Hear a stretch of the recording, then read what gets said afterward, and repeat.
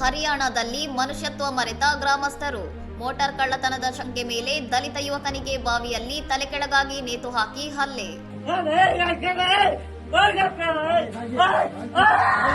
ಹರಿಯಾಣದ ಹಿಸಾರ್ ಜಿಲ್ಲೆಯ ಸೋರ್ಕಿ ಗ್ರಾಮದಲ್ಲಿ 32 ವರ್ಷದ ದಲಿತ ವ್ಯಕ್ತಿಯೊಬ್ಬರಿಗೆ ಗ್ರಾಮಸ್ಥರು ನಡೆಸಿದ ಅಮಾನವೀಯ ಹಲ್ಲೆಯ ದೃಶ್ಯ ಸಾಮಾಜಿಕ ಜಾಲತಾಣಗಳಲ್ಲಿ ಭಾರೀ ಆಕ್ರೋಶಕ್ಕೆ ಕಾರಣವಾಗಿದೆ.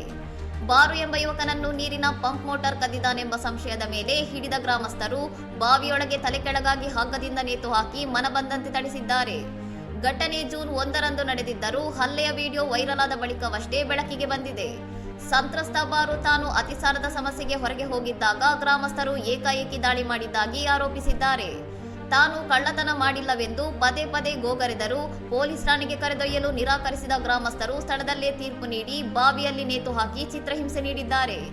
ಈ ಕೃತ್ಯದ ಕುರಿತು 5 ಮಂದಿ ಹೆಸರಿಸಲ್ಪಟ್ಟವರು ಮತ್ತು ಅಪರಿಚಿತ ವ್ಯಕ್ತಿಗಳ ವಿರುದ್ಧ ಕೊಲೆ ಯತ್ನ, ಕ್ರಿಮಿನಲ್ ಬೆದರಿಕೆ ಹಾಗೂ SC/ST ದೌರ್ಜನ್ಯ ತಡೆ ಕಾಯ್ದೆಯಡಿ FIR ದಾಖಲಾಗಿದೆ.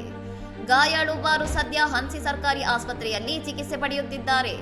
ಘಟನೆ ನಡೆದ ಹಲವು ದಿನಗಳಾದರೂ ಈವರೆಗೂ ಯಾವುದೇ ಬಂಧನಗಳು ನಡೆದಿಲ್ಲ ಎಂಬುದು ಆಡಳಿತ ವ್ಯವಸ್ಥೆಯ ನಿರ್ಲಕ್ಷ್ಯವನ್ನು ಎತ್ತಿ ತೋರಿಸುತ್ತಿದೆ.